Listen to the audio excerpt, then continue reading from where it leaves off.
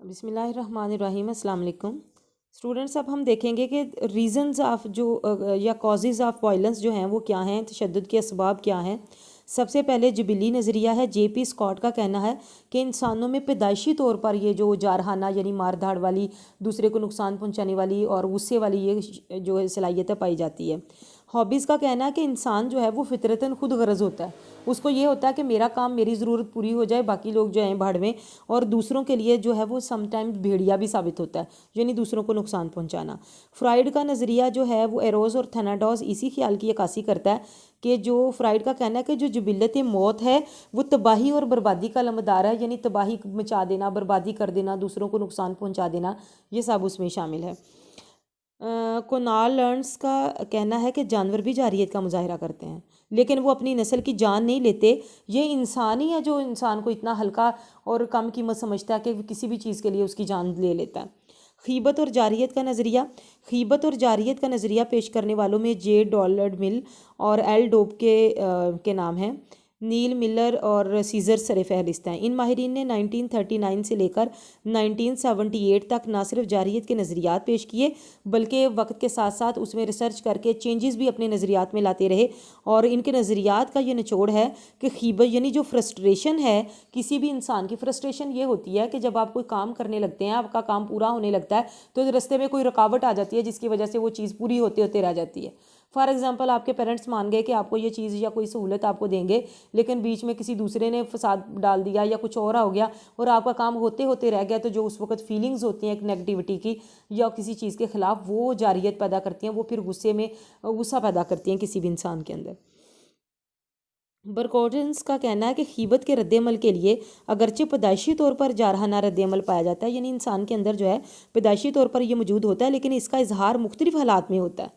ज़रूरी नहीं होता कि हर वक्त अगर एक इंसान गुस्से वाला तो हर वक्त वो गुस्से का इजहार करता रहे, वो डिफरेंट सिचुएशंस में उसके लिए। और कई दफ़ा जो जारियत होती है उसके अंदर आमादगी पैदा करती है कि वो मनफी जज्बा जो है उसको इस कदर उभार देता है कि वो उसको इस स्टेज पर ले आता है कि वो जो है वो खीबत का इजहार करे।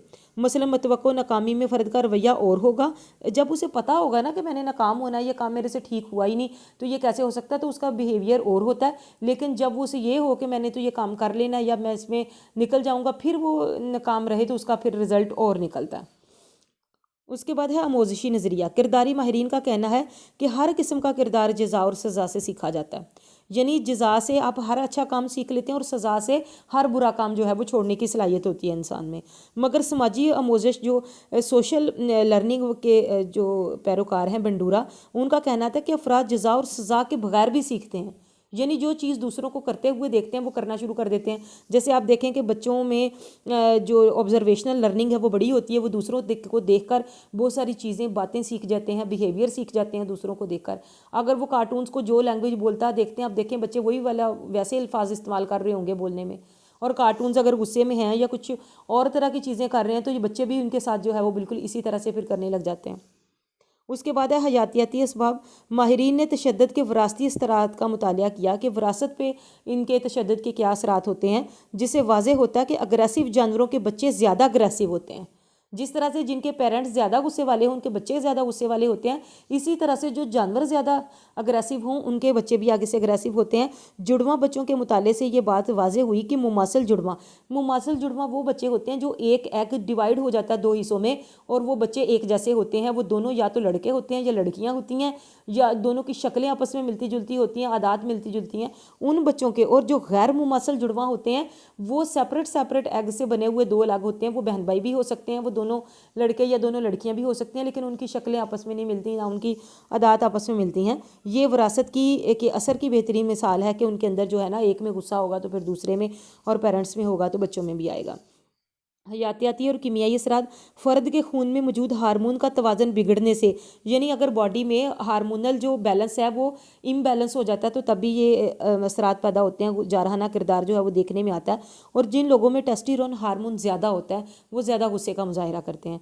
इस बात को विल्सन और हेयरस्टाइन ने भी साबित किया। इनका कहना है कि अगर ऐसी अद्वियात दी जाएँ जो टेस्टोस्टेरोन में कमी का बायस बने, जो तो फिर जारहाना रुझान में कमी लाई जाती है। जिन लोगों में गुस्सा बहुत ज़्यादा होता है, अग्रेसिव वो ज़्यादा होते हैं, तो उन लोगों को टेस्टोस्टेरोन हार्मोन को कम करने की मेडिसिन दी जाती है ताकि वो गुस्से को कंट्रोल किया जा सके। اس کے بعد سائیکولوجیکل کازز ہیں اس کی، وہ تمام عوامل جو فرد کو ذاتی طور پر متاثر کریں یا اس کی ذات سے متعلق ہوں نفسیاتی عوامل کہلاتے ہیں۔